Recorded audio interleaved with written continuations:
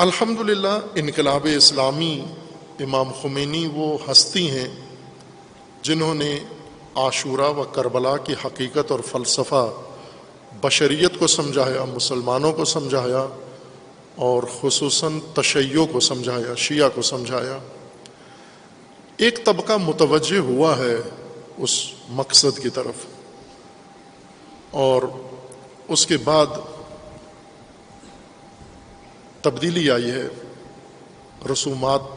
رسوماتی عزاداری اور رسوماتی زیارت، وہ نظریاتی عزاداری، نظریاتی زیارت اور بامقصد عزاداری و بامقصد زیارت میں تجارتی حالت سے تبدیل ہو کر بامقصد میں جا رہی ہے۔ اور اس کا ایک بڑا نمونہ ان آخری چند سالوں میں جو 40 کی شکل بنی ہے، اجتماعی توجہ دنیا بھر کی آئی ہے، جس میں عراق اور ایران اور اس کے علاوہ دیگر ممالک سے اور ایک اچھی خاصی تعداد پاکستان سے شریک ہوتے ہیں۔ اور جو ائمہ اطہار کا مقصد تھا عزا اور زیارت سے، وہ آج جو کچھ شروع ہوا ہے اس کے قریب لگ رہا ہے۔ یعنی ابھی وہ مقصد پورے طرح سے نہیں عزا اور زیارت میں نمایاں ہوا، واضح نہیں ہوا، لیکن قریب لگ رہا ہے۔ یہاں اس صورت میں ہوگا کہ جب علماء جو سمجھتے ہیں مقصد عزا کو بھی اور مقصد زیارت کو بھی، اور اہل علم، دانشور، مومنین، متدینین و جوانان آگاہ اور بیدار و باشعور، اگر وہ اس میدان کو سنبھالیں تو یہ عمل زیارت سید الشہداء اور عزائے سید الشہداء اپنی اس جہت کی طرف منتقل ہو جائے گا اور ہو رہا ہے۔ لیکن اگر انہوں نے کوتاہی کی اور یہ بھی فقط ثواب کی طرح، ثواب کے لیے اور تاجروں کے ذریعے کرنا شروع کیا عزا و زیارت، تو پھر جس طرح دیگر دینی شعبے کاروباری بن گئے ہیں، پیشہ وروں کے ہاتھ میں چلے گئے ہیں، اور انہوں نے انہیں استعمال کیا ہے سیاست اور تجارت کے لیے۔ 40 کی زیارت اور 40 کی عزا بھی سیاست اور تجارت کی طرف چلی جائے گی۔ اس وقت 40 کے بارے میں دشمنان دین، دشمنان تشیع شدید اہتمام ہے ان کا۔ ہر سال 40 کو روکنے کے لیے، 40 کے اس اجتماع کو مختل کرنے کے لیے طرح طرح کے حربے استعمال کرتے ہیں، ناکام ہوتے ہیں۔ اس دفعہ بھی ایسا ہی ہے۔ 40 کے سے پہلے عراق کے اندر ایسے سیاسی عمل کیے گئے جس سے 40 کو متاثر کرنے کی کوشش کی۔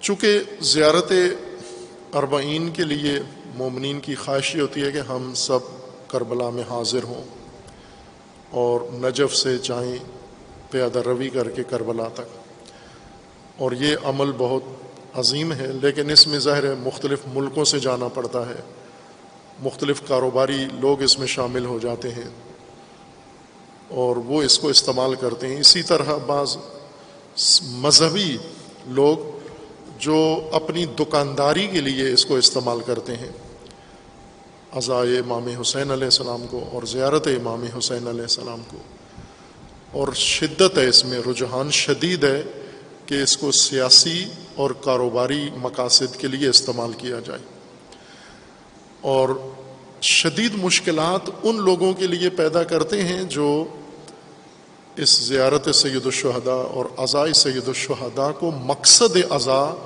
اور مقصد زیارت کے قریب لانا چاہتے ہیں۔ یعنی وہ انقلابی علماء یا انقلابی جوان یا انقلابی گروہ جو امام خمینی رحمۃ اللہ علیہ کے مکتب کے تربیت یافتہ ہیں، ان کے لیے ماحول تنگ کیا جاتا ہے، انہیں اس طرح سے ماحول بنایا جاتا ہے کہ میدان کاروباریوں کے ہاتھ میں رہے۔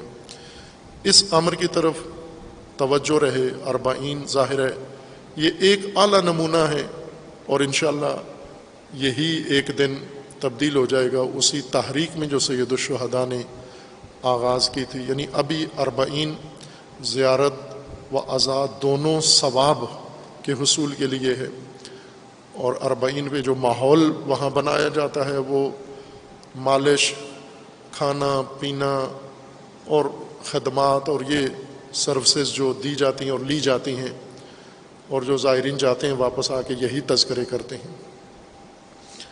ہر چند زائرین کو دینا، سہولت دینا یہ مناسب ہے، لیکن ابھی اسی حد تک پہنچا ہے یہ کام. لیکن یہ آگے بڑھ کے اس جہت کو اختیار کر لے گا جو سید الشہداء نے قیام عاشورہ میں اختیار کی تھی، یعنی یزیدیت اور طاغوت کے خلاف، ملوکیت کے خلاف، ستم کے خلاف، ظلم کے خلاف. یہ 40 اس طرف تبدیل ہو جائے گا، عالمی ظلم کے خلاف. چونکہ یہ عالمی اجتماع ہے، عالمی اجتماع عالمی ظلم کے خلاف تحریک میں بدل جائے گا.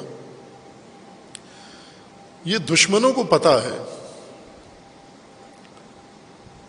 مومن چونکہ کاروباریوں کے چنگل میں گرفتار ہیں، سیاسیوں کے چنگل میں گرفتار ہیں، ابھی متوجہ نہیں ہیں کہ یہ عالمی اجتماع، عالمی عاشورہ ہے، عالمی قیام ہے، عالمی ظلم اور عالمی یزیدیت کے خلاف. اس کے ساتھ ساتھ یہ مقامی بھی ہے عزاداری اور 40 اور عاشورہ. مقامی عزا اور مقامی زیارت اور مقامی مجالس بھی ان کا رخ مقامی ظلم کی طرف ہو، مقامی یزیدیت کی طرف ہو. خب یہ شعور انقلاب نے دیا ہے، لیکن کاروباریوں نے زیادہ محنت کی ہے، زیادہ انہوں نے میدان اختیار میں لے لیا ہے. انقلابی جو دعوے رکھتے تھے وہ بھی کاروباریوں سے زیادہ متاثر ہوئے اور ان کے پیروکار بن گئے. اور یہ عمل ہر ملک کے اندر، جس طرح نائجیریا میں ہوا عزاداری، وہاں پر ابتدا میں اپنے بہت ہی بچپنے میں تشیع ہے نائجیریا کا، لیکن اسی حالت میں اتنا نمایاں ہوا چونکہ اس کے اندر کوئی شائبہ نہیں تھا.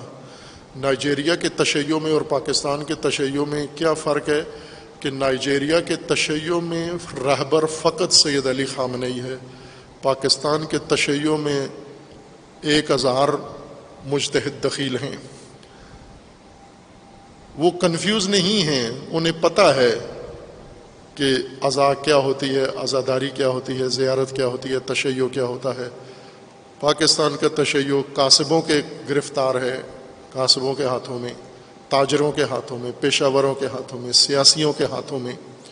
یہ 1000 آفتوں میں مبتلا ہے، وہ خالص ہے. البتہ وہاں بھی توجہ ہے، آہستہ آہستہ یہ سارے دھڑے MI6 کے مجتہدین، MI6 کے مبلغین، MI6 کے متحرکین، یہ سارے وہاں پہنچ رہے ہیں نائجیریا کی طرف، لیکن ابھی تک وہ محفوظ ہے.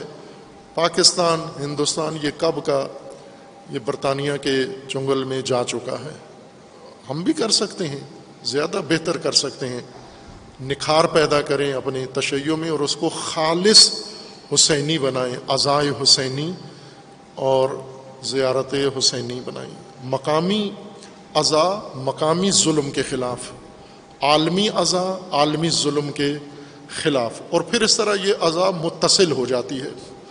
پاکستان کے ایک گاؤں میں ہونے والی مجلس 40 کے عالمی اجتماع سے جڑ جاتی ہے، یہ اس کا حصہ بن جاتا ہے. چونکہ جو کام وہاں ہو رہا ہے وہی دور دراز گاؤں میں ہونے والی مجلس میں بھی ہو رہا ہے، جہت ایک ہو جاتی ہے. اور یہی امامت کے لیے میدان ہموار کرنا، اسی کا نام ہے. ظہور امام کے لیے، ظہور امامت کے لیے، ظہور نظام امامت کے لیے آمادگی اسی چیز کا نام ہے. یعنی یہ عزا و زیارت جو ابھی کاروباریوں نے اس کو کمرشل بنا دیا ہے، یہ دراصل ظہور امامت اور قیام امامت کا ایک ذریعہ ہے، طریقہ ہے، میتھڈ ہے جو ائمہ نے بتایا ہے ہمیں. لیکن اس کی طرف توجہ کی ضرورت ہے، شعور کی ضرورت ہے، اور وہ شعور ہمیں کربلا سے ملتا ہے۔ زیارت و عزا امام حسین علیہ السلام کی اسی مقصد کے لیے جس مقصد کے لیے حج ہے۔ حج سرمشق ابراہیمی سیکھنے کے لیے ہے، اس کی مشق کرنے کے لیے ہے۔ زیارت و عزا سرمشق حسینی ہے، امام حسین علیہ السلام کے عمل کی مشق کرنے کا نام زیارت و عاشورہ ہے۔ تو حج و عزا و زیارت یہ وہ طریقے ہیں جو قرآن کریم میں اللہ نے اور رسول اللہ نے، انبیاء نے اور ائمہ اطہار نے، اہل البیت نے یہ امت کی تربیت اور پرورش کے لیے قائم کیے ہیں۔ حج بھی کاروباری کمرشل ہے، مکمل کمرشل حج ہے، اور اس میں رکن حج بجا نہیں لاتے۔ قرآن کی نص کے مطابق رکن حج براءت از مشرکین ہے، طاغوت سے دوری، طاغوت سے اعلان براءت و لا تعلقی ہے، اور جو ممنوع ہے اور نہیں کرتے اور کاروباری کرنے بھی نہیں دیتے۔ حج کے مناسک کی ایک کتاب میں ایک فتویٰ بھی نہیں ہے۔ اتنے مجتہدین کی کتابیں حج کے مناسک اور فتوے ہیں، قرآن کی نص کا فتویٰ ایک بھی موجود نہیں ہے کسی کی کتاب میں سوائے امام خمینی رحمۃ اللہ علیہ کی کتاب میں۔ اور اسی طرح عزا کے بارے میں بہت کچھ ہے، بہت کچھ جذباتیت ہے، لیکن جو روح حسینی ہے، جس طرح حج میں روح ابراہیمی کم نظر آتی ہے، عزا و زیارت میں روح حسینی کم نظر آتی ہے۔ یہ جن کا فریضہ ہے وہ اس کو کریں، اور کر رہے ہیں الحمدللہ، سختیوں کے باوجود، رکاوٹوں کے باوجود۔ اربعین کے اس اجتماع کو جو جنہوں نے یہ ہمت کر کے یہ اجتماع قائم کیا ہے، سب کو معلوم ہے کون ہے، کس ہستی نے یہ کیا ہے اور کس کے ذریعے سے ہوا ہے، یہ سارا کچھ شعور انشاءاللہ وہ اس کو قائم رکھیں گے، لیکن اپنی حد تک جن کا فریضہ ہے وہ اسے قائم رکھیں انشاءاللہ۔